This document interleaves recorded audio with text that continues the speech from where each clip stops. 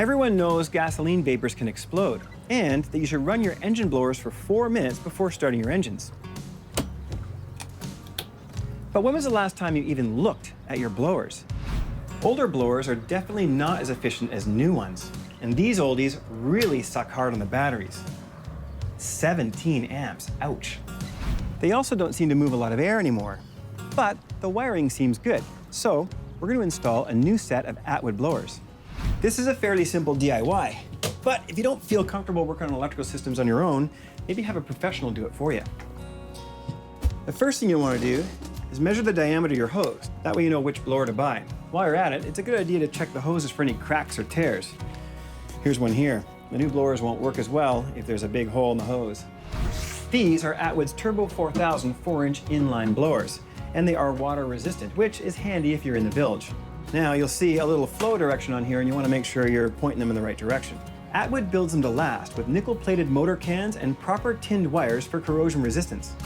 They feature stiffening ribs to help reduce any housing distortion, tabs for easy mounting, and 5-blade fans for maximum airflow.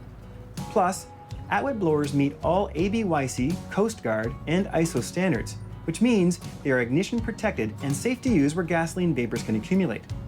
They also come with a 3-year warranty.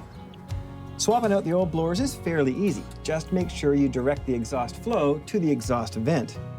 The arrow on top indicates the flow direction. You'll need a couple of number 10 stainless screws to mount it. Now we just got to hook up the wires and the vents.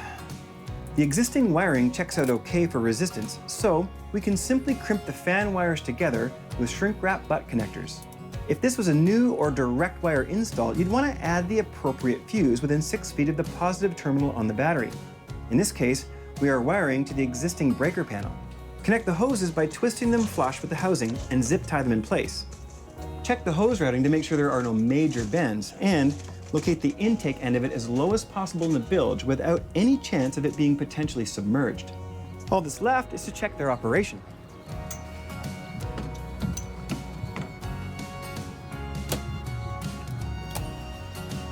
Now that's a bit quieter. And if you don't have a warning label at the helm, you can affix the one that came in the box.